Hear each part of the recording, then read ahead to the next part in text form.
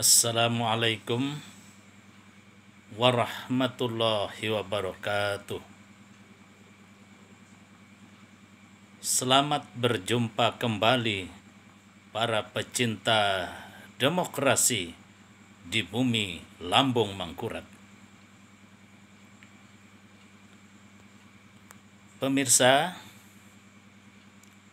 jangan lupa bantu upaya kami untuk membangun kesadaran berpolitik di kalangan generasi muda di Banua Kalimantan Selatan dengan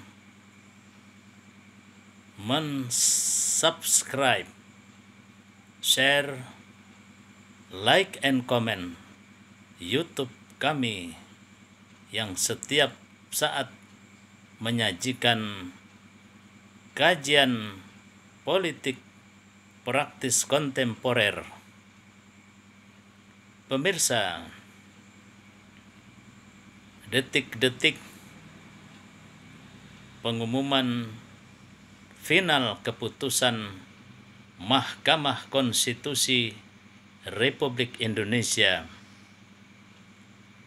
atas perkara perselisihan hasil pemilu gubernur Provinsi Kalimantan Selatan tinggal menunggu hari. Diperkirakan tanggal 24 atau tanggal 25 keputusan Mahkamah Konstitusi akan dikeluarkan. Apabila keputusan Mahkamah Konstitusi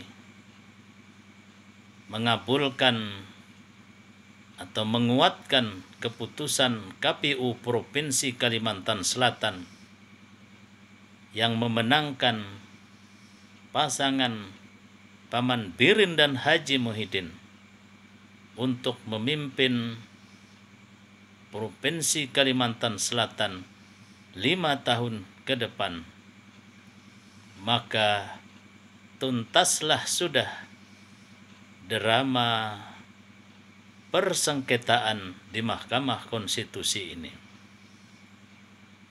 Dan kita akan memasuki babak baru pemerintahan periode kedua dari Paman Birin dan Haji Muhyiddin. Dari diskusi teman-teman, tokoh-tokoh masyarakat, tokoh pemuda,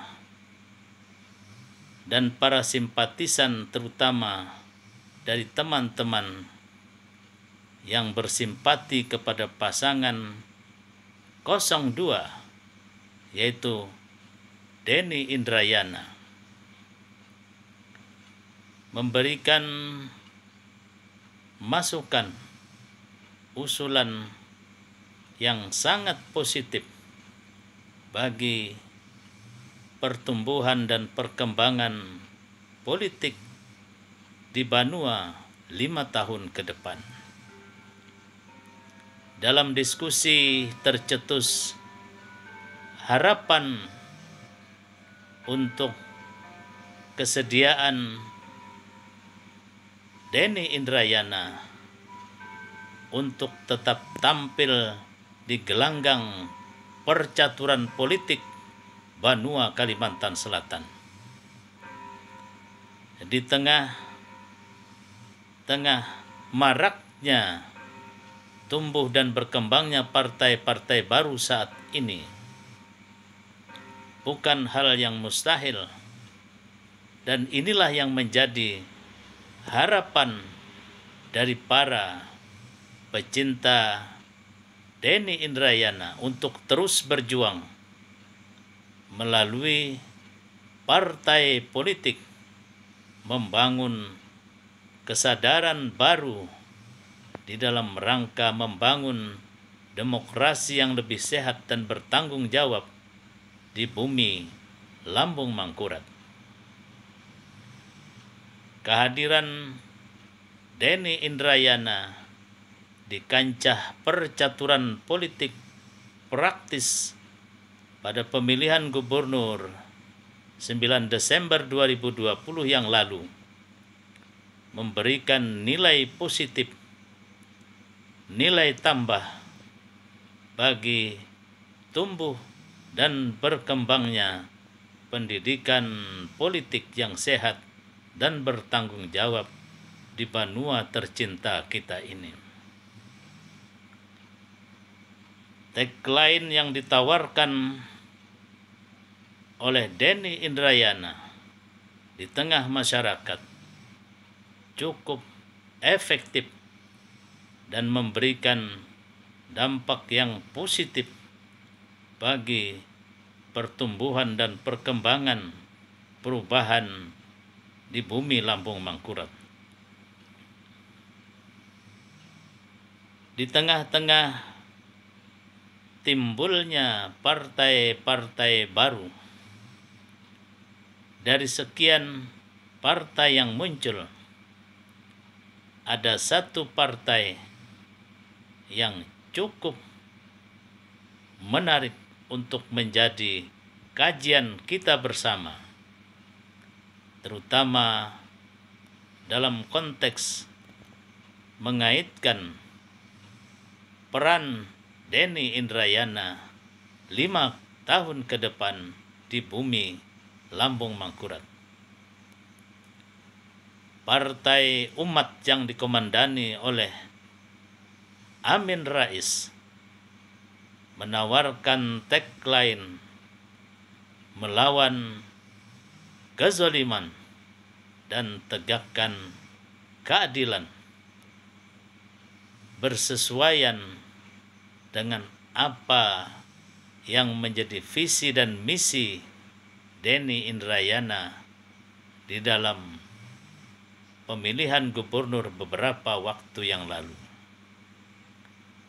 Sehingga beberapa teman ada yang berpendapat, bagaimana bila Denny Indrayana memimpin Partai Umat di Provinsi Kalimantan Selatan? Tentu saja pendapat ini sangat menarik dan menjadi bahan diskusi kita yang panjang.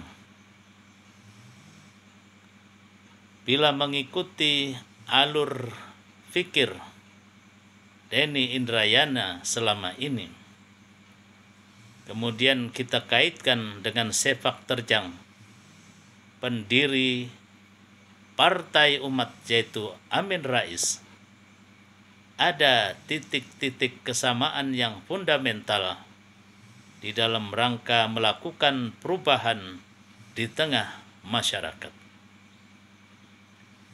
Pertanyaannya adalah, apakah Denny Indrayana berkenan untuk memimpin partai politik di Banua, Kalimantan Selatan 5 tahun ke depan, khususnya memimpin Partai Umat sebagaimana yang disuarakan oleh beberapa teman selama ini. Tentu bila tawaran ini mendapat sambutan yang positif dari Denny Indrayana, tentu hal ini akan menjadi babak baru yang sangat menarik di dalam percaturan politik 5 tahun mendatang. Saat ini kita dapat membaca, terlebih setelah terpilihnya Haji Muhyiddin memimpin kembali Partai Amanat Nasional di Provinsi Kalimantan Selatan, insya Allah diprediksi kuat bahwa Partai Amanat Nasional akan mengusung Haji Muhyiddin sebagai bakal calon gubernur di masa mendatang. Terlebih bila Paman Birin dan Haji Muhyiddin diputuskan oleh Mahkamah Konstitusi sebagai gubernur dan wakil gubernur resmi 5 tahun mendatang, hal ini berarti masa kedua ini merupakan masa terakhir pengabdian Paman Birin sebagai gubernur Kalimantan Selatan.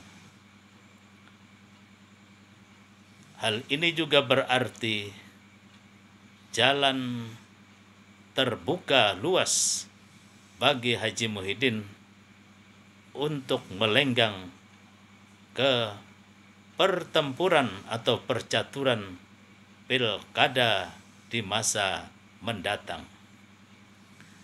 Tentu jika Denny Indrayana berkenan dan bersedia memimpin partai umat khususnya atau partai-partai yang lain yang menjadi pilihan Denny Indrayana, akan menjadi pertempuran yang sangat menarik di masa-masa mendatang.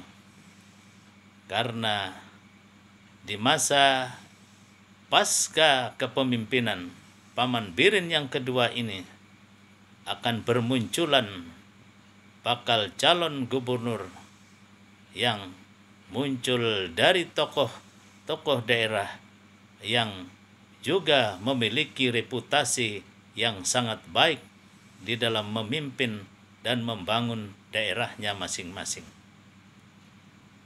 Kita lihat bagaimana perkembangan politik selanjutnya, namun yang pasti kita tunggu dulu tanggal 25 Maret 2021 ini, apakah MK akan menguatkan keputusan KPU Provinsi Kalimantan Selatan yang memenangkan Paman Birin dan Haji Muhyiddin, atau MK memutuskan untuk melakukan pemilu kada ulang di beberapa lokasi yang terbukti melakukan pelanggaran pemilu. Fahmi Amrusi Rumah Banjar melaporkan. Jangan lupa subscribe, share, like, and comment YouTube ini demi pembangunan demokrasi di benua kita tercinta.